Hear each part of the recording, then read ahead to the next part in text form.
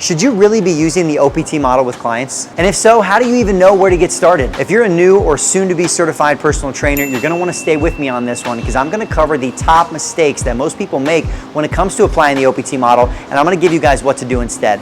After training clients for the last 15 years, leading workshops around the globe, and training people with the NASM OPT model for the last decade, one thing has become very apparent to me, and that is the fact that most people don't understand how to apply the OPT model. It's just something that's challenging, if not impossible, to really pick up from the book unless you've spent time around great instructors like we have at the Academy or other trainers who really understand the OPT model and how to blend it together with a great experience for clients. It's just a challenging concept to take all these variables that you guys have been learning and say, Joe, what does it look like in the gym? And it's not as complicated as you might think, but how you implement it is essential.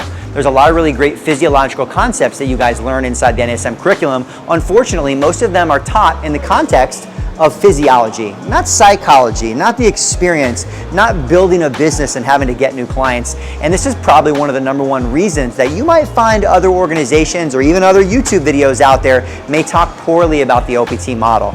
I'm here to tell you guys it is useful and it can be a powerful tool in your toolbox when it comes to getting and training clients, but like everything, the magic is gonna be in the implementation. This leads me to mistake #1, and that is taking the OPT model at face value. And what I mean by that is the OPT model is not a paint by numbers set. It's not, Joe, do exactly this, and then move to exactly this, and do this exact tempo for every single exercise in the workout for 4 to 6 weeks before you graduate to the next. I know it's presented in that way, and partially because it's probably the easiest way for us to learn it initially, but there's a little bit more flexibility along the path, and there needs to be. Because I think the fun thing about training is all about problem solving, guys. If you don't like problem solving with people, you might not love training, but if you do, every client's gonna be a little bit different. What they love is gonna be a little bit different. What they enjoy doing, what they work hard with in the gym, all those things you've gotta keep in mind right next to the OPT model. And that's the challenge, because you learn a lot of great stuff inside the NASM curriculum, physiologically, but we've gotta learn it, we've gotta apply it, right? Like I mentioned, the magic is in the implementation. You've gotta apply it in the context of a service-based business. And so you're delivering on an experience while you're delivering on results. And oftentimes, I think that's why people end up throwing the OPT model out together, because they're like, man, there's no way I'm gonna do all 10 exercises with a 4-2-1 slow tempo the entire time, right? Yeah, I agree, I don't. If you guys wanna know, I don't apply the OPT model that way. What I do, especially the primary variables. Let's take stabilization, for example, because that's probably the most common one that either A, creates friction for people, or new trainers don't understand how to apply.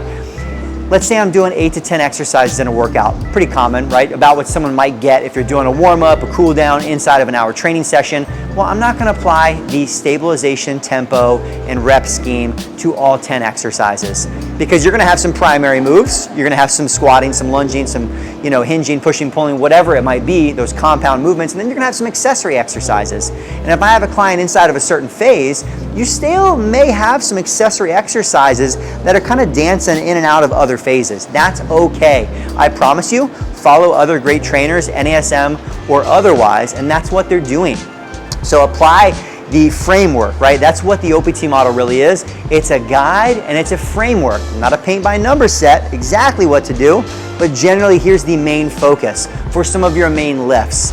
And then from there, a little flexibility person to person, based upon their goals, based upon how they move and what they need more of. There is a lot of problem solving that's gonna come in play. So don't throw out the OPT model. If you watch enough YouTube videos, you might hear people, unfortunately, talk poorly about the NASM OPT model. Maybe even others who actually have information out there to help you pass your exam. I'm not gonna name names, but you probably know what I'm talking about.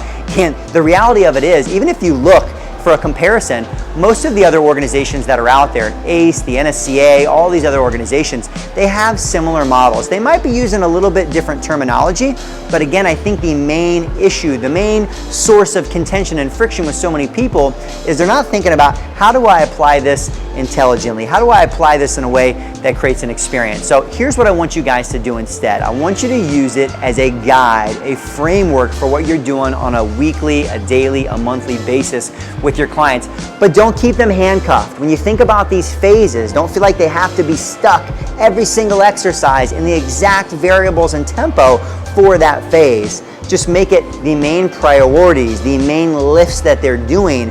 If you're able to emphasize some of those things, they're gonna get a lot of physiological benefit from doing so, and it still leaves you a lot of room and flexibility to deliver on the experience they might be looking for. Maybe they're looking for some more glute engagement. They wanna train more core, but you've identified in their assessments they have all these imbalances and things they need to work on. Well, keep in mind and remember, most people aren't coming to you to be fixed, which is good because they were never broken in the first place, and we want to deliver on an experience that keeps them coming back. Otherwise, the perfect program doesn't matter if they don't stick with it. Mistake number 2 is that most people see the phases of the OPT model as entirely separate, as if I was in a 5-story house and I just hang out on one level of the house until I move to the next. And it makes sense. That's kind of how the model looks, a staircase-based model. But the reality is it's much more fluid than that. It's much more fluid. And maybe even a better visual for you guys is this idea of like a VIP rope, right? This concept of, all right, cool, I have this rope hanging down in between these two things holding it up. And if I pull that rope up anywhere along, right? Whether I pull it up closer to stabilization or muscular endurance or hypertrophy, strength, power, whatever it is, when I'm training and focusing on that area, I'm getting some ancillary benefits, right? Because if I pull up that one section, you can see the rest of it kind of rises up as well. So I think that's a much better visual.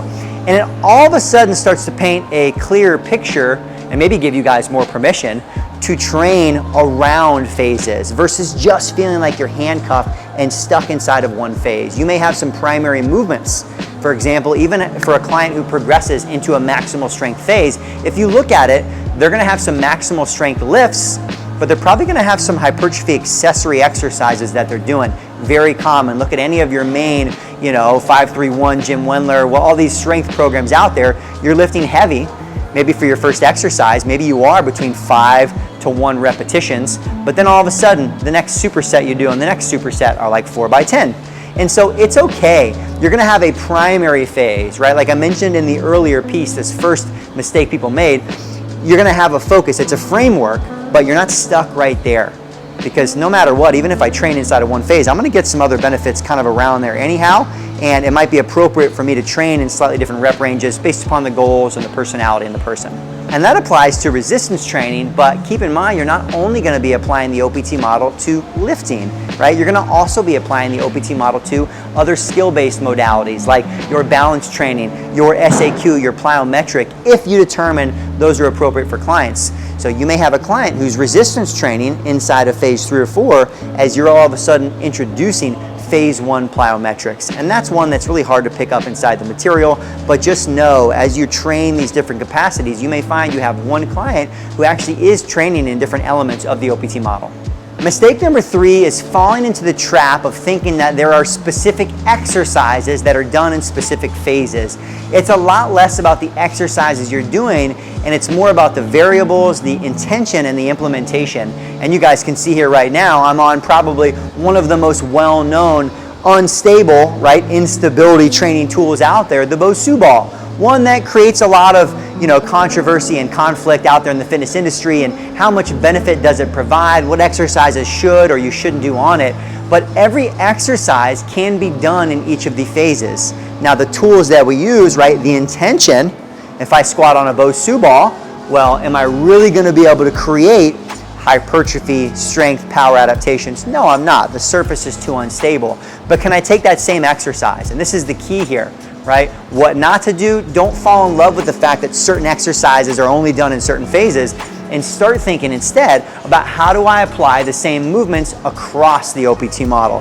How do I apply the squat in this phase, the lunge in this phase, pushing, pulling, all your compound movements, all the moves, guys, that you and I know most people need to be doing with a little fun, flair, and variation thrown in there. And the squat's a great example because it comes down to the other variables. Tempo, right? You want the cheat code for training stabilization? I'm here to tell you guys because this is exactly what I do. Just slow things down with your main movements. 4-2-1 tempo for 12 to 15 reps. That's gonna give you stabilization benefits. And then over time, if you're training other positions like lunging, you're gonna get more unstable positions. And those variables will take you months, if not years with clients before you have to go to other tools. There are options that are out there, But I think that's what creates the confusion about certain exercises. If I want to train stabilization, I have to be on top of a Bosu ball or some other unstable surface. Truthfully, for most people, they shouldn't be, because we need them to master this first, and that usually takes people a long time. So keep in mind, those same movements, they can be progressed throughout all these different phases, and it all comes down to the variables that you apply, the positions that you put people in, and the intention for that specific exercise. So don't throw the NASM OPT model out with the trash as soon as you get certified, because you're not exactly sure how to apply it yet. It's gonna take time and practice. And the great thing is it's actually a lot more flexible and fluid than you might think. Think of it as an overarching guide, not a paint by number set that you've got to do the exact same way for every client. Because although we're learning a lot of physiology, we want to deliver on sound training programs. Perfect programming doesn't matter if clients don't come back. So if you found this video helpful in trying to simplify your understanding of how to actually apply the OPT model, don't forget to like this video, subscribe to the channel, and maybe even share this with someone else that you know is studying the NASM material, because we'd love to help them along. And if you want to get access to additional links on any of the topics that we talked about inside of the video, make sure to check out the description below, and I'll see you guys in our next video.